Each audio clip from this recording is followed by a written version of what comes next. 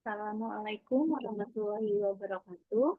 Selamat pagi atau siang maupun malam untuk teman-teman mahasiswa sekalian. Eh, Hari ini kita akan eh, kuliah kembali pada mata kuliah pengawasan pengendalian pembangunan pada pertemuan ke-10.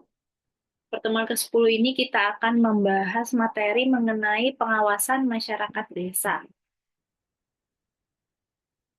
Nah, sebelumnya, apa sih perbedaan desa dan kelurahan, teman-teman? Nah, di sini sudah ada tabel perbedaan desa serta kelurahan. Yang pertama dari aspek pemimpin. Nah, kalau desa itu dipimpin oleh kepala desa atau kades. Nah, kalau kelurahan itu dipimpin oleh seorang lurah.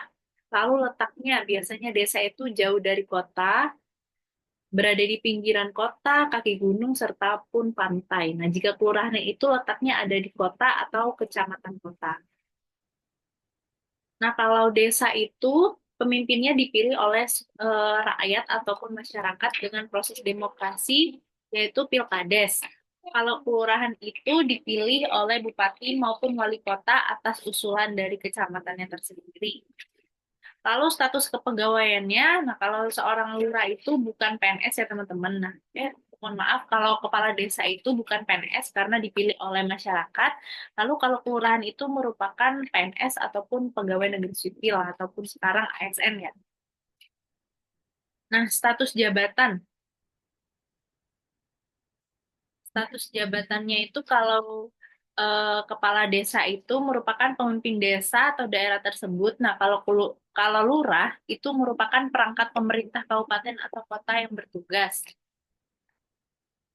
Lalu masa jabatan pemimpin. Nah, kalau desa itu 6 tahun ya menurut Undang-Undang Desa yang terbaru. Lalu kalau seorang lurah itu tidak dibatasi karena mereka akan disesuaikan dengan aturan PNS-nya tersebut. Jika ada mutasi dari bupati, mereka akan dimutasi dari lurah tempat kelurahannya tersebut. Lalu dari aspek keuangan, biasanya kalau desa itu dari prakarsa masyarakat atau dari APBDes. Lalu ada juga dari kas desa. Nah, kalau kelurahan itu dananya keuangan berasal dari APBD. Nah, kalau sifat masyarakat dan profesi masyarakatnya ini biasanya tergantung dari daerahnya ya, tapi mayoritas biasanya kalau kalau desa itu sifat masyarakatnya lebih ke keluargaan ya, lalu agama serta adat adat istiadatnya itu kuat. Ada dusun juga kalau di desa sebagai bagian dari desa. Biasanya juga ada kepala dusunnya di sana. Nah, lalu kalau di kelurahan itu biasanya sifat masyarakatnya apa? Lebih ke individu, masing-masing agama. Nah, adatnya juga bukan lemah di sini ya, tapi kurang eh, biasanya lebih modern kalau di daerah kelurahan seperti itu. Nah, profesi masyarakatnya kalau di desa itu biasanya profesinya banyak pekerjaan yang bertemakan petani, bisa pengrajin, nelayan maupun peternak dilihat dari letak geografis desa tersebut. Nah, biasanya kalau di daerah kelurahan atau perkotaan itu macam-macam. Biasanya banyak yang lebih menjadi guru atau pekerja, karyawan seperti itu ya. Mayoritasnya biasanya seperti itu. Lalu, oke, pengawasan masyarakat. Nah, pengawasan masyarakat ini terdapat dalam UU Desa eh, dari 3 sumber kalau pendapatan desa yaitu dari bagi hasil pajak dan retribusi kabupaten, lalu ada alokasi dana desa atau ADD yang merupakan bagian dari dana perimbangan yang diterima oleh kabupaten atau kota setempat, dan dana desa yang merupakan dari APBN untuk desa atau biasanya sekarang APBDes ya. Nah, eh, di sini dari pengawasan masyarakat tuh biasanya masyarakat bisa melihat bagaimana sih pendapatan desa itu bisa diolah. Nah, biasanya pada realitanya di Indonesia utamanya yaitu sumber daya yang dikelola desa itu bisa memperbesar resiko terjadinya penyimpangan penggunaan dana. Biasanya banyak sekali terjadi penyimpangan penggunaan dana. Misal pemasukannya 1 M sekian, tapi ternyata yang dilakukan itu tidak segitu, teman-teman. Dan juga ada penyimpangan-penyimpangan lainnya. Oke, sebentar.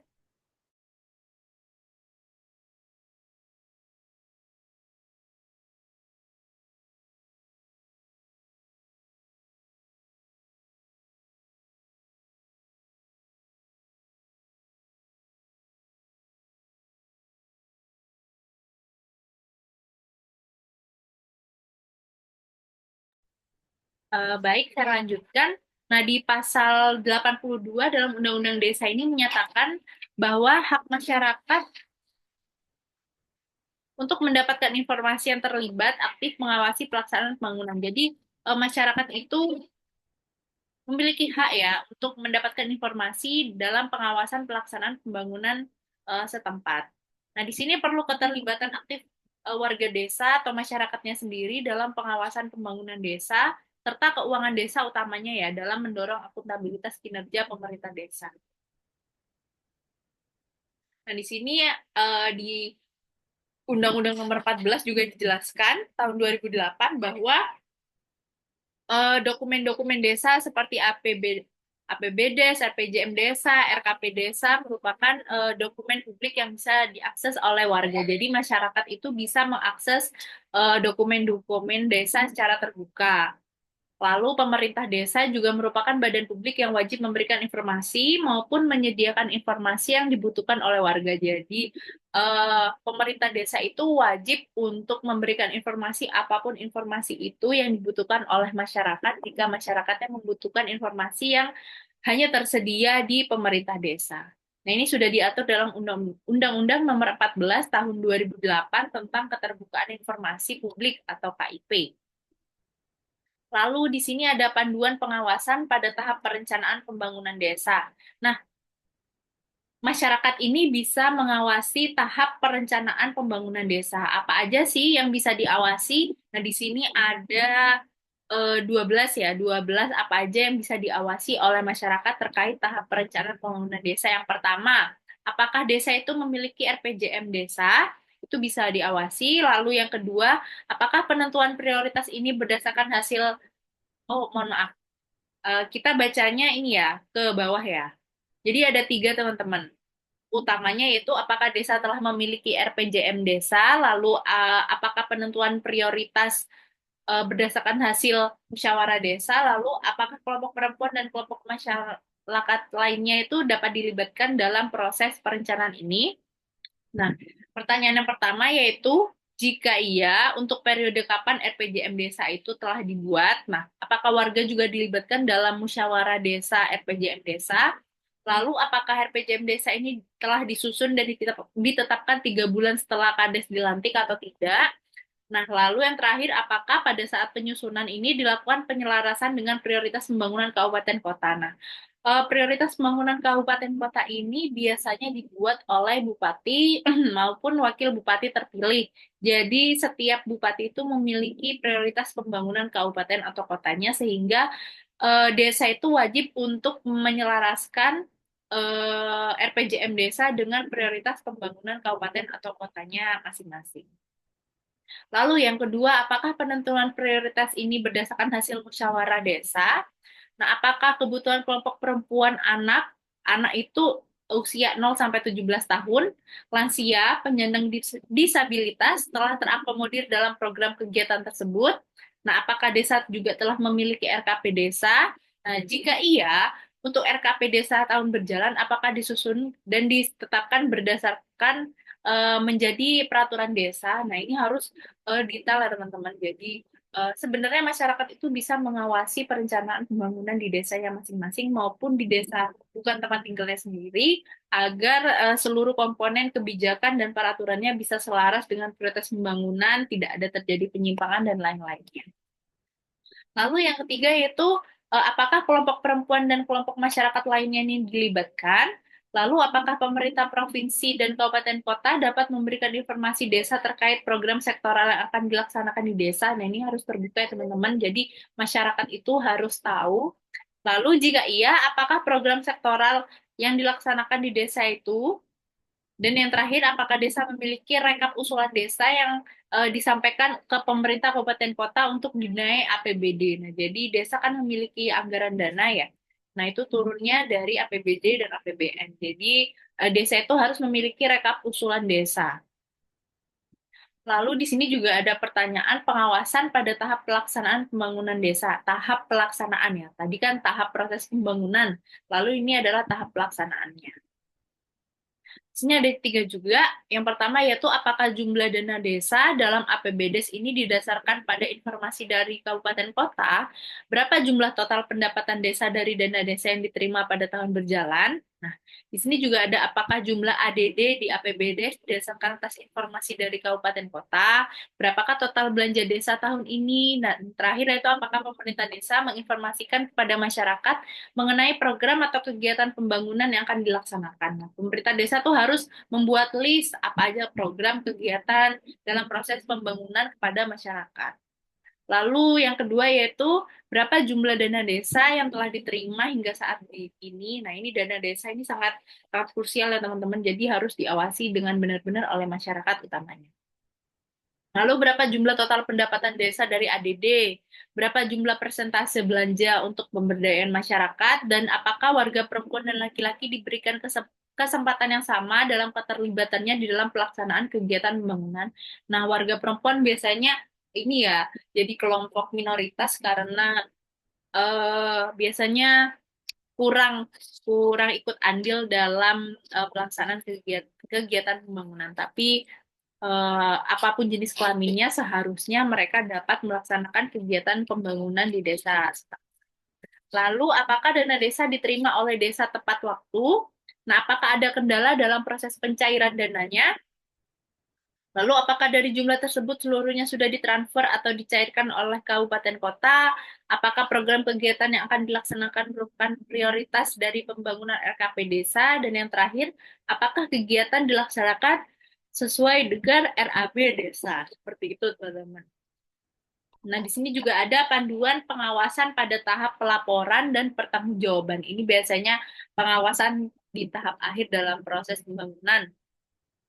Di sini ada 9 ya. Apakah kepala desa telah membuat laporan pertanggungjawaban realisasi pelaksanaan APBDes? Nah, kepala desa ini wajib ya membuat laporan pertanggungjawaban dalam APBDes. Jadi eh, pemasukan dan pengeluaran itu harus sama ya teman-teman. Kalau kalian pernah belajar ekonomi, di sana kan harus income eh, dan sisa itu harus mohon maaf. Jadi masuk dan keluar itu harus nominalnya sama kan. Nah, itu harus bisa dibuat dalam laporan pertanggungjawaban. Lalu apakah ada mekanisme akuntabilitas publik lain yang dilakukan?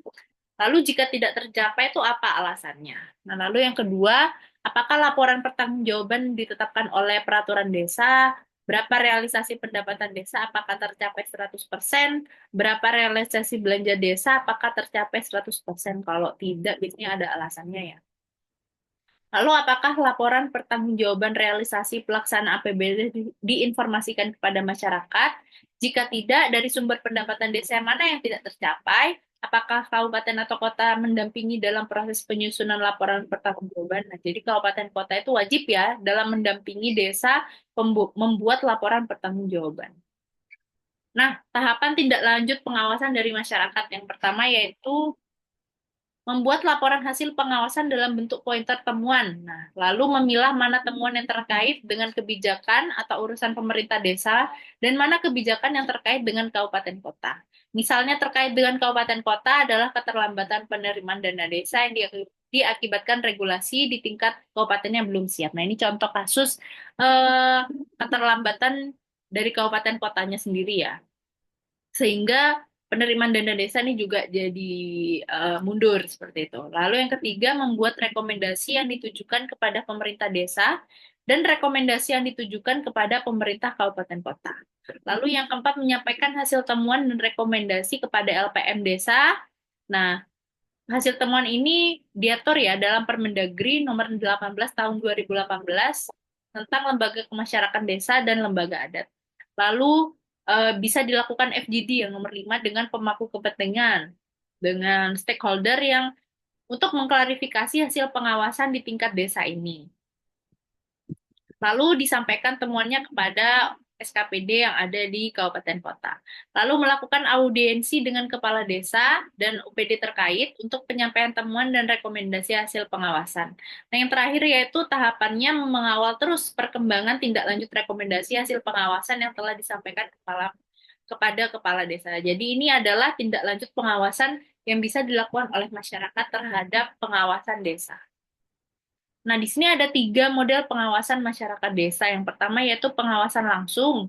Nah, kalau pengawasan langsung ini masyarakat dapat turun aktif, dapat langsung memantau, menilai proses pembangunan seperti memeriksa kualitas material, misal ada pembangunan aspal, bagaimana material yang digunakan, apakah sudah sesuai apa belum kualitasnya, atau pelaksanaan pekerjaan di lapangan.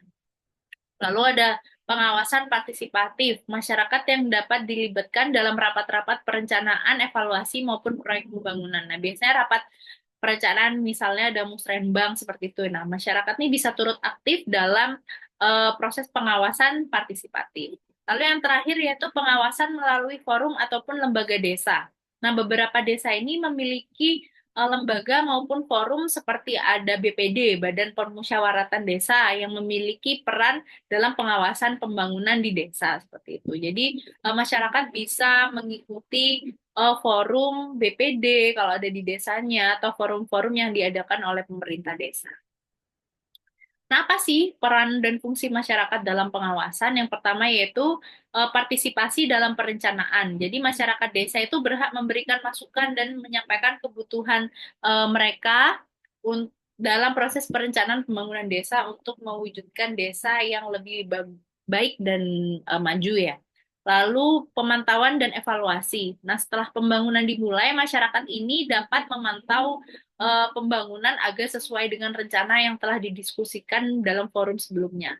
Nah, evaluasi ini juga penting untuk mengetahui dampak pembangunan bagi kesejahteraan masyarakat. Jadi, apa yang telah dilakukan itu bisa langsung dievaluasi oleh masyarakat.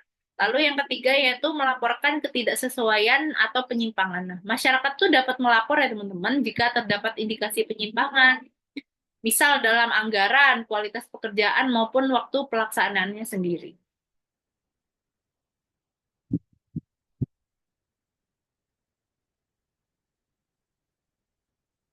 Lalu strategi dalam peningkatan pengawasan masyarakat desa. Ada 4 ya strateginya. Yang pertama, dilakukan edukasi dan sosialisasi. Nah, edukasi sosialisasi ini digunakan untuk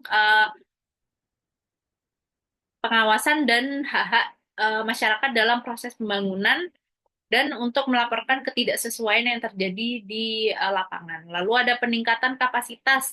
Nah, peningkatan kapasitas ini dilakukan untuk masyarakat desa, misalnya cara-cara efektif dalam mengawasi pembangunan tuh gimana, serta memahami anggaran desa dan dalam perencanaan pembangunan itu bagaimana.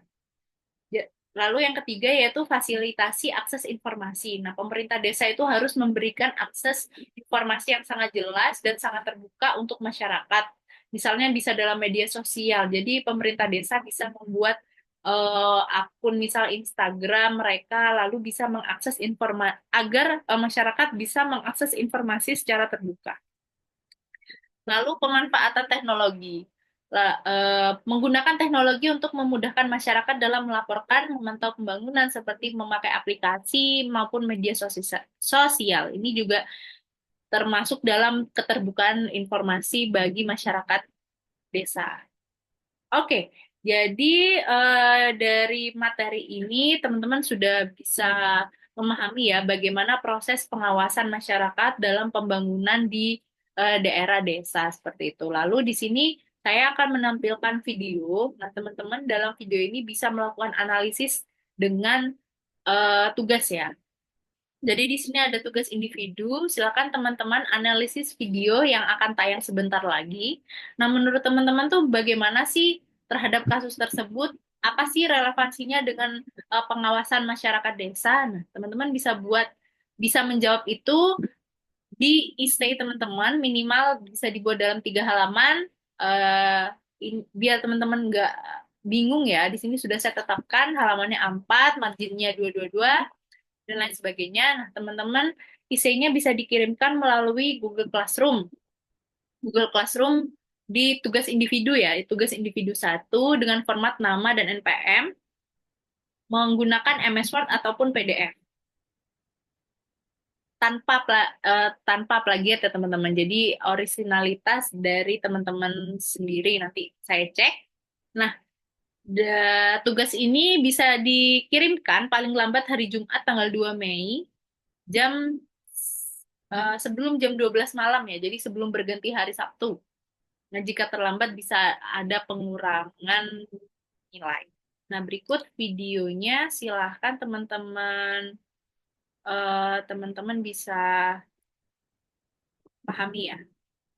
Seorang kepala desa di Tulung Agung, Jawa Timur ditahan oleh kejaksaan setempat karena diduga melakukan tindak pidana korupsi anggaran bantuan keuangan senilai 175 juta rupiah. Tersangka menggunakan seluruh anggaran untuk kepentingan pribadi, yaitu melunasi utang anaknya maju sebagai calon legislatif pada tahun 2019. Andi Mutojo, Kepala Desa Rejotangan, Kecamatan Rejotangan, Tulung Agung, Jawa Timur, ditangkap oleh Kejaksaan Negeri Tulung Agung karena diduga menggunakan seluruh anggaran bantuan keuangan daerah 2021 dari pemerintah Kabupaten Tulung Agung senilai 175 juta rupiah. Beni Agus Setiawan, Kasipitsus Kejari Tulung Agung pada Selasa siang mengatakan anggaran tersebut seharusnya digunakan untuk pembangunan jalan di Dusun Kates. Kejaksaan akan segera melimpahkan perkara ini ke Pengadilan Tindak Pidana Korupsi Surabaya. Sementara itu, kuasa hukum tersangka Puji Handi mengaku menghormati upaya penahanan yang dilakukan oleh kejaksaan. Ada satu proyek nilainya 175 juta. Terus kemudian karena ada sebenarnya itu kan karena ada putranya itu nyalak tanggungan utang, nah dipakai dulu dananya. Begitu sudah punya duit, proyek dikerjakan gitu loh. Ya, padahal yang betul kalau proyek itu tidak dikerjakan, terus pada akhir proyek belum dikerjakan, kalau ada uang ya kembalikan. Oke, jadi ini adalah cuplikan video, teman-teman bisa akses di link ini ya, YouTube di bawah ini. Seorang kepala desa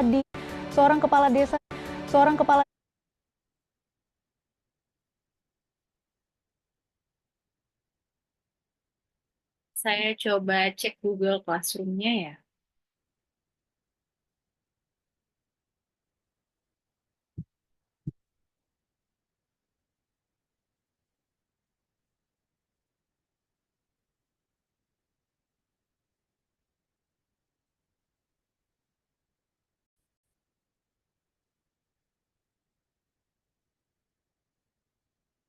Oke, ini Google Classroom mata kuliah pengawasan. Oke, teman-teman nanti bisa bisa upload tugasnya di tugas individu satu. Due date-nya di sini saya ubah tanggal 2 Mei.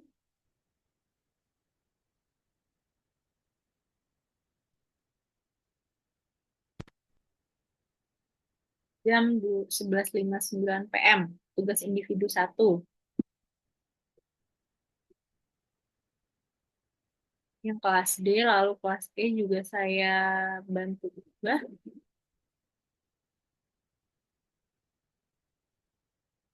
Date-nya tanggal 2 jam 11.59. Lalu kelas F.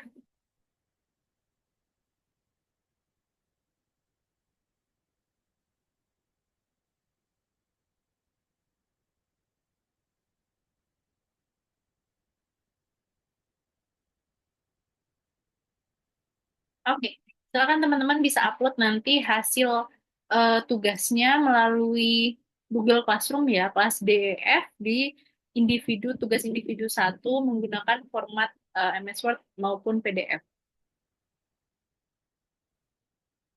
Oke, baik. Sekian perkuliahan kita pada pertemuan ke-10. Teman-teman Untuk presensi nanti akan saya cantumkan di deskripsi. Lalu untuk jika ada yang ingin ditanyakan pada terkait materi ini, silakan teman-teman bisa komen ya di video ini di bawah. Lalu jika ada yang ingin menanggapi, teman-teman bisa silakan ditanggapi. Setiap mahasiswa yang bertanya maupun menanggapi akan saya beri nilai keaktifan ya teman-teman. Jadi silakan banyak-banyaklah kalian bertanya, banyak-banyaklah kalian apa memberikan feedback teman-teman yang bertanya karena akan mendapatkan nilai keaktifan. Baik, jika ada yang ingin ditanyakan kembali bisa ditanyakan melalui grup WhatsApp masing-masing kelas. Sekian materi pertemuan ke-10 kita. Untuk minggu depan kita ketemu tatap muka ya teman-teman di pertemuan ke-11. Terima kasih. Wabillahi taufik wal hidayah. Wassalamualaikum warahmatullahi wabarakatuh. Selamat pagi, siang, maupun malam.